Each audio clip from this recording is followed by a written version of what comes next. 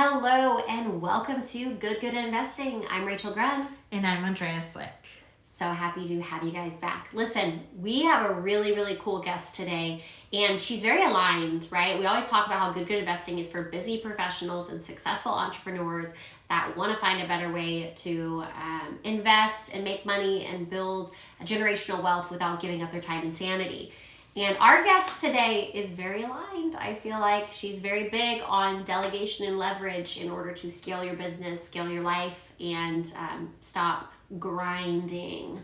Yeah, she talked about some really cool things that she's doing in her business to work a total of like 8 to 10 hours a week. That would be amazing. Absolutely. Hashtag goals. Hashtag goals. So Holly Haynes, she helps female entrepreneurs create simple, scalable offers and systems to grow multiple six figures. An industry expert and featured Thrive and Entrepreneur.com author with a 20-year business consulting background with Fortune 500 companies. What a resume.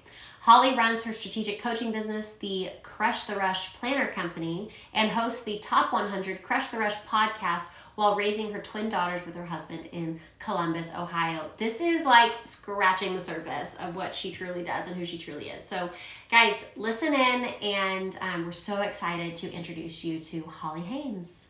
Welcome, Holly. Hi, Holly. Thank you so much for joining us on GoodGood Investing. We're so happy to have you. Hi, thank you so much for having me.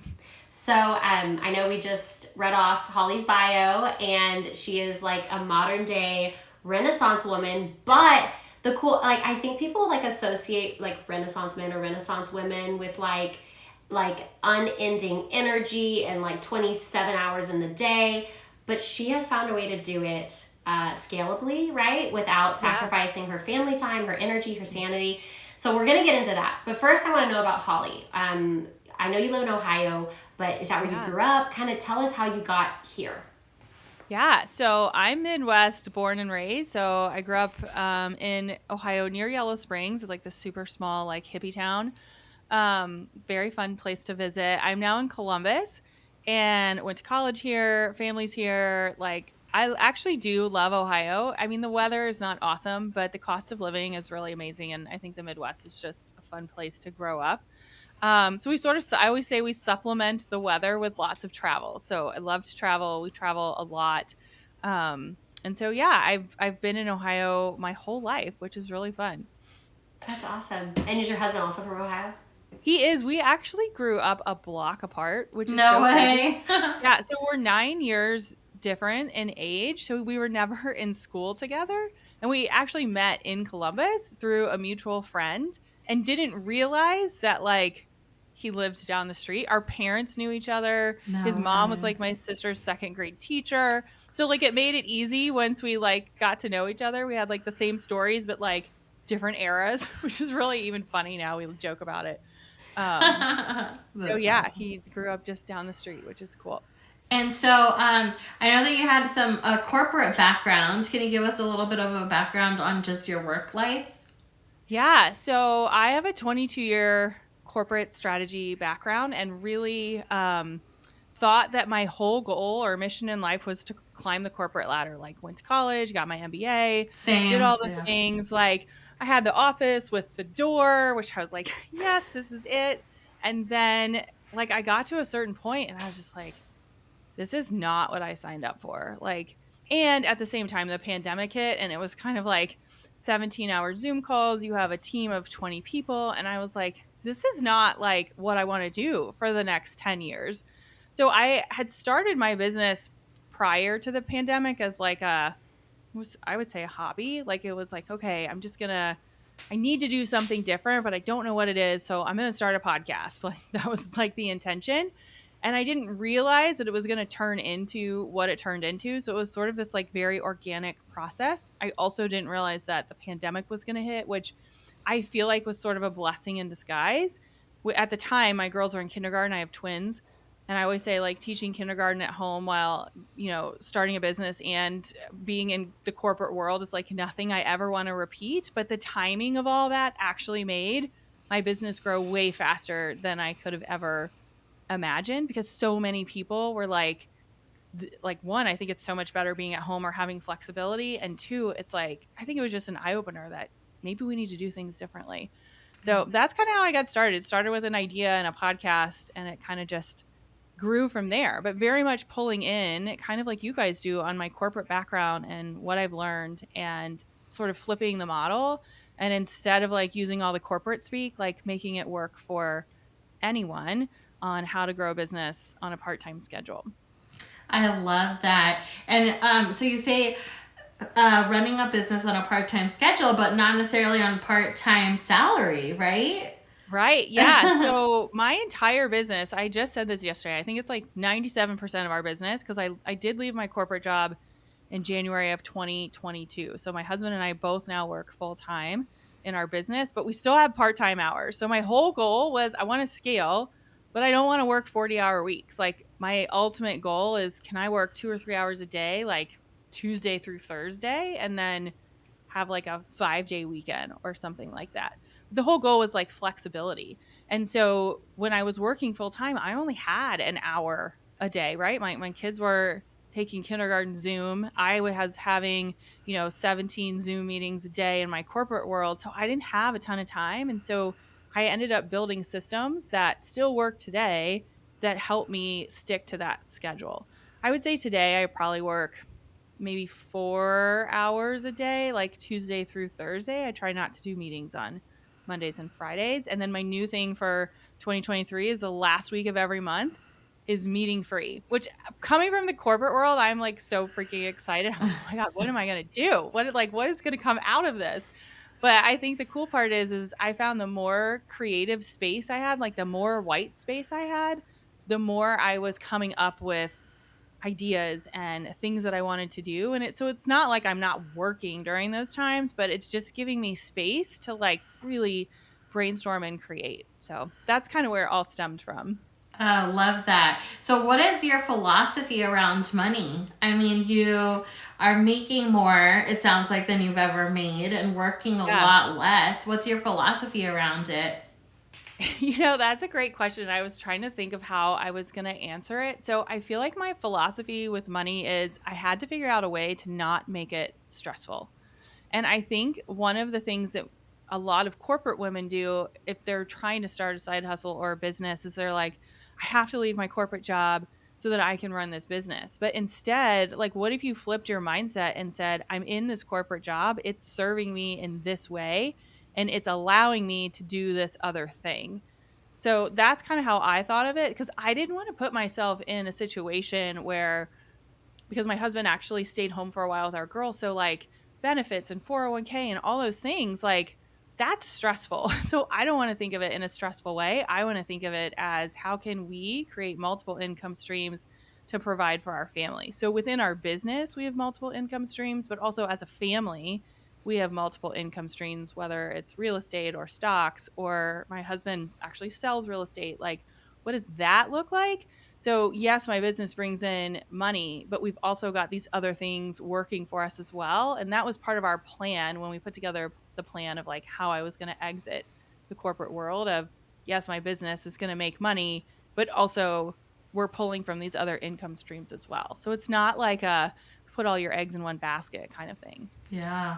Yeah, we believe the same thing over here, because I think that's what truly makes you and your portfolio, or you and your family, like recession resilient, is like, if Yeah. all of your eggs are not in one basket, then when that falls out from underneath you, like it did during the pandemic, of course, like a lot of people lost their jobs and didn't have any options. It's so exciting because you're not afraid of another like global catastrophe to completely Right. like put your family in the red. And I also want to know, so I know like your entire business model and coaching strategy and all that is surrounded by how to do the most with the least amount of time. Mm-hmm. But it sounds like you're also super passionate about what you do. And Yeah. I would find like during my off time, I just like want to work because it sounds like you're I super do. passionate. So how do you manage that? Yeah, so I'm an Enneagram 3, which typically means like I have a million lists and I want to get them done and all the things. And so I do have rules, right? So my rules are like, I don't want to work a ton of hours and I want to take time off. But I will say, if I have an idea, like I'll give you an example after this. If I have an idea, I allow myself to do it, right? So rules are made to be broken, I would say. So we actually I made the rule last year that I wasn't going to create anything new. So I was like, I have the base, like it's our first year doing this full time. We're not going to create anything new. And we ended up going to Europe for 2 weeks and we came back and I had this like awesome idea and I was like, I'm just going to do it. I'm going to break my rule. And so I ended up working like over a weekend, one weekend, and I put it all together and we launched this new program and it was awesome. But it's because it came from this like space of creativity and passion, and I didn't have the fear of it failing because I didn't really care. Like I knew it was good and I knew it was like a bonus. And so I really try to use that philosophy. So I always say like, yes, my goal is, can I work 20 hours a week? But if you have a minute where you're super excited about something, like do it. Cause a week later you might have no excitement because that's just how it works. Yeah. Yeah. I mean, the whole goal is right. Don't work because you have to, but because you want to. Yeah, Yeah. exactly. Oh man, I really love that. So if someone's sitting in here listening to this and saying, "Oh my gosh, I want her life. That sounds amazing." What would you say is like the Secret sauce. I call it the MINS. Have you heard of MINS? Yeah. The MINS, the most important next step. I love that. Yeah, I call it the MINS. What's the MINS? What's the most important next step? So I would call it the critical path in my like corporate speak. So here's what I always say. I always say consistency trumps talent. You don't have to be the best in the game. You have to stay in it.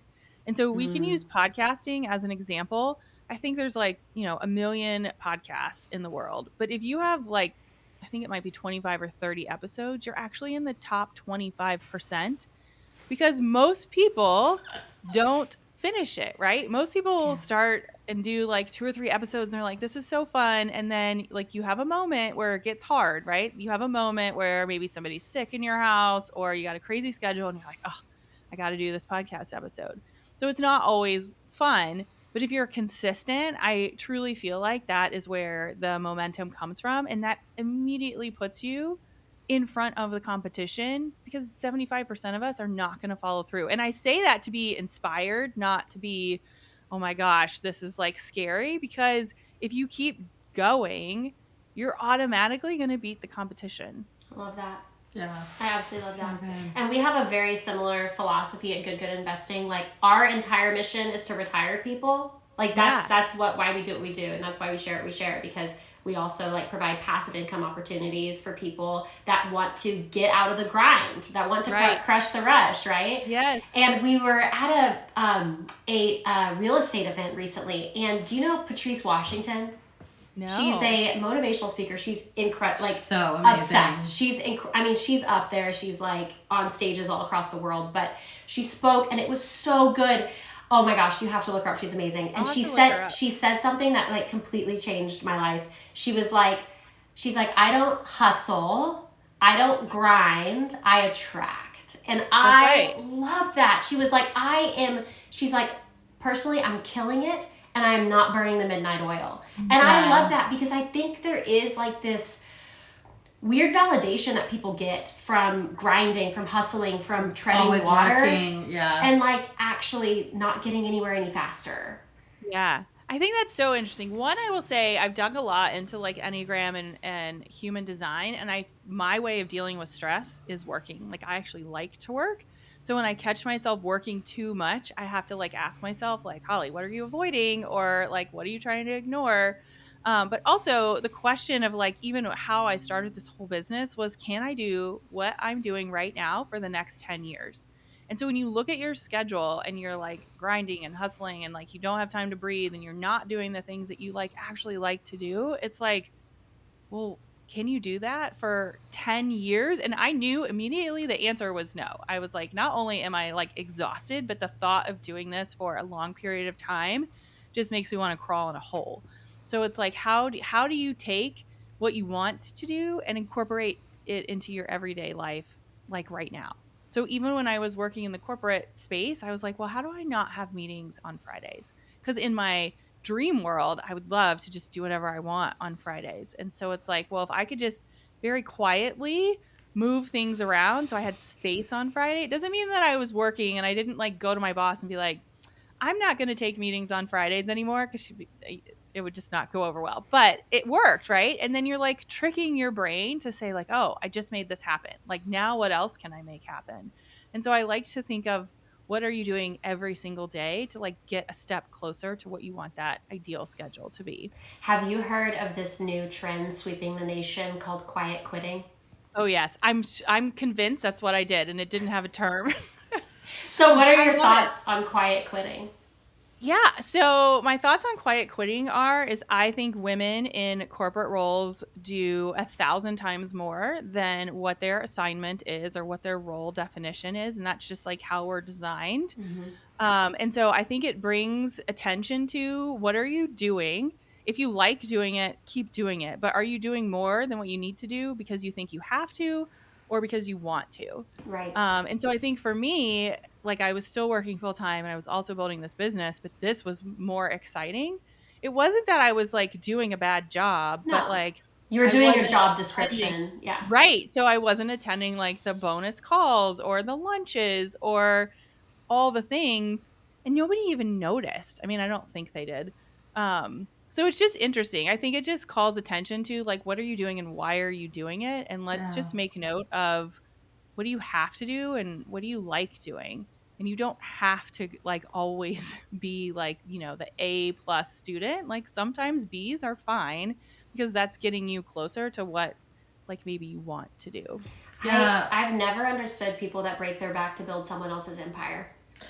I think Yeah. that, school, it just kind of led us to, Yeah. being an employee. And going from corporate, I also went from corporate, wanting to climb up the corporate ladder, got, my MBA and degrees and stuff. And it was just like a total pivot when I had kids. And I just kind of centered myself and said, like, I don't want to be working for somebody else, but it didn't come natural. It felt like a huge risk.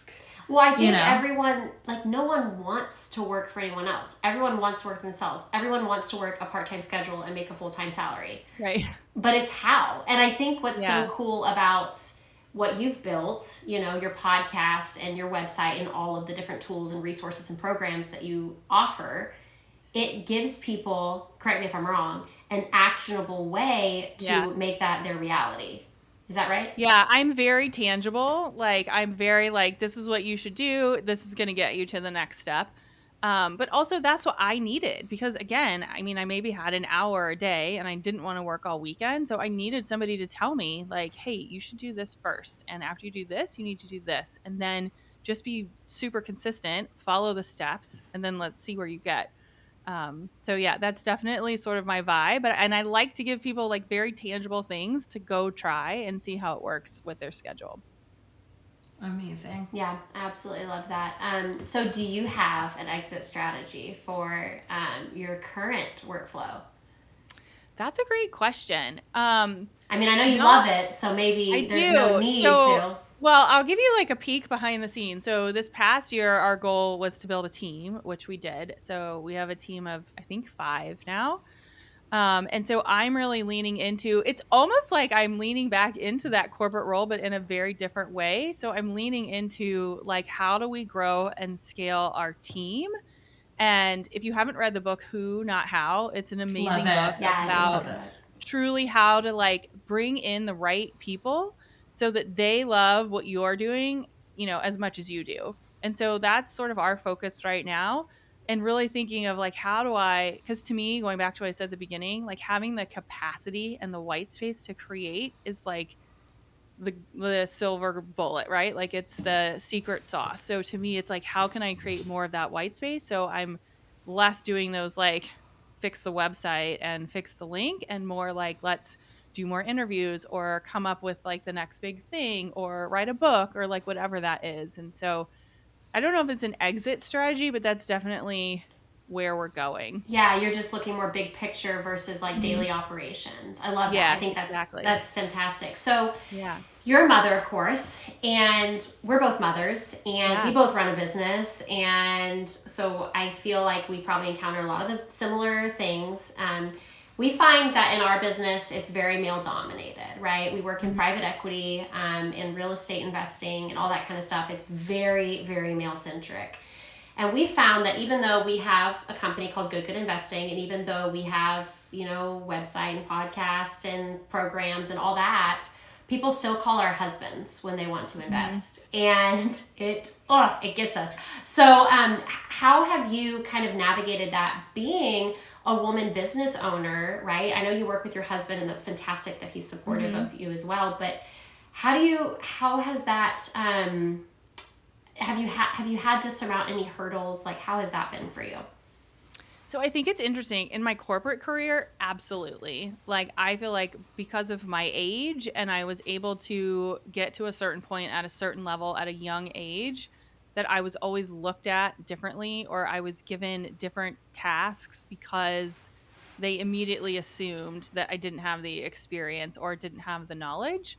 So I think I definitely battled that a lot in the corporate world. And then, after having kids, I feel like, because my twins were like, teeny tiny babies when I was still working full time, I feel like that sort of added this other layer of stigma. And it was before all of like the hype around, working moms and Me Too even came out.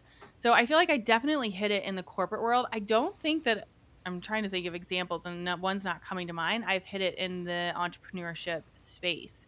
Um, I typically only have women on my podcast, although I will say I've been very selective about the male figures that I have on for specific reasons. And so I've really tried to create a platform where women feel safe but also empowered. I love that. So I haven't run into it in the entrepreneurial space, which is really cool, I That's think. fantastic.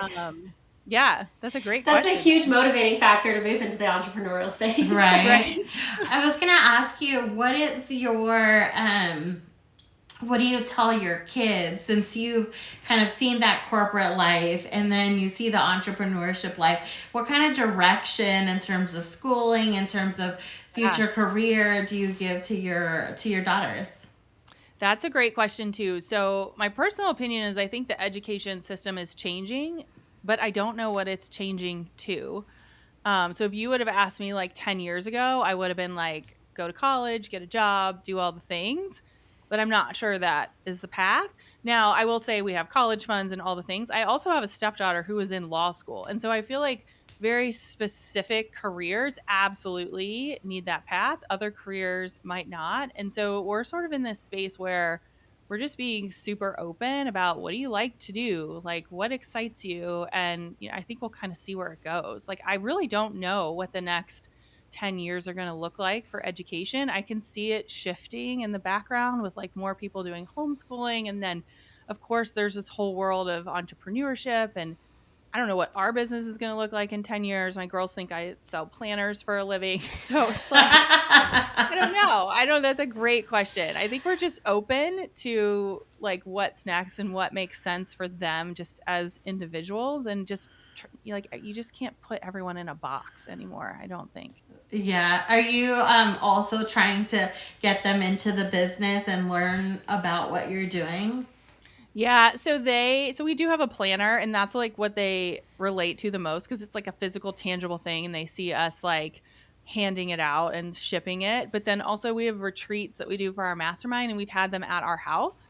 So like they get to meet our clients, and they're sort of around when we're doing things. And so I still don't know if they know exactly what I do, but I tell them I help women build businesses, and that seems to be like enough to get them going.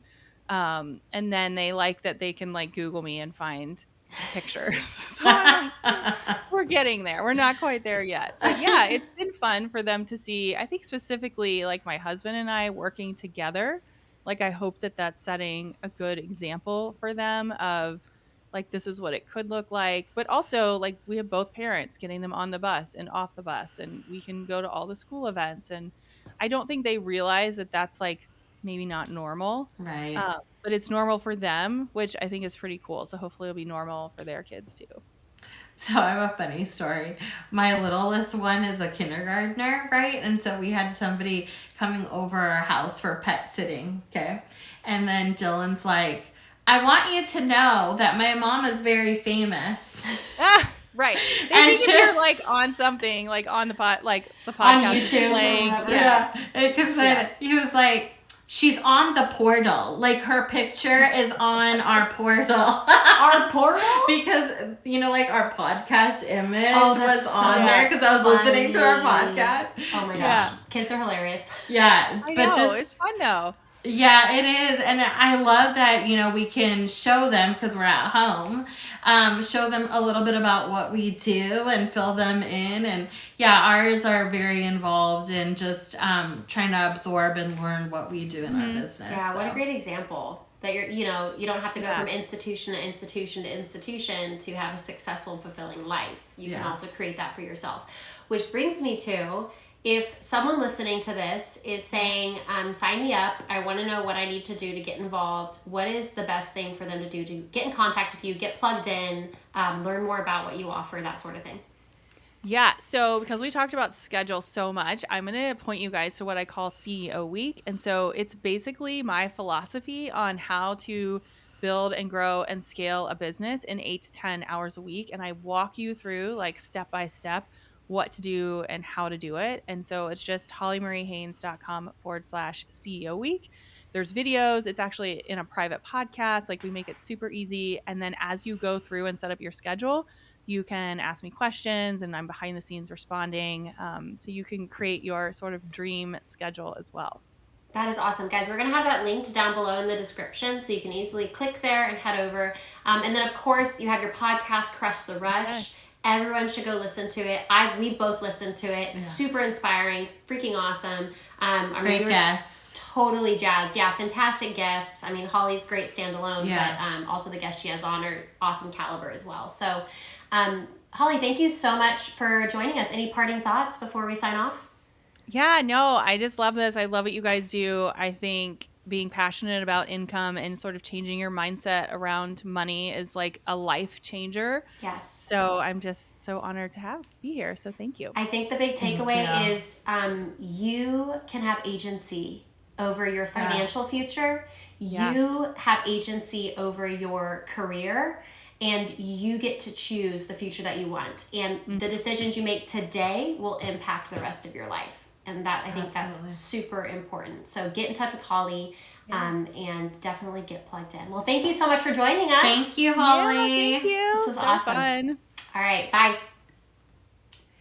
Wow, okay, that was pretty awesome. It was. I learned so much about Holly and just #goals again with her life. I love that she works with her husband, that they only work 8 to 10 hours a week. Yep. I love that she has no meetings. What was it, on Friday? Yeah, she says no meetings on Fridays. And then she said that the whole last week of the month, she's not going to take meetings either. Oh, that's right. Yes. Insane. Goals, like literally goals. I'm like gonna totally look at my planner and see what I can do. Where am I overexerting myself? Where can I delegate? Where can I leverage? Yeah, I'm on her website buying the planner right now. Same, and you should too. Also, guys, we have our 3-in-1 net worth assessment tool that you can find on our website, GoodGoodInvesting.com. Are you richer than you think? You actually probably might be richer than you think. And once you figure that out, you should definitely schedule a call with us and we can talk to you all about how to not only change your current net worth, but also your future net worth for the better. Yes, absolutely. So get on our email list. You'll get our email sequence with educational emails. You'll get our net worth tool, and you'll stay updated with any virtual classes that we have and in person.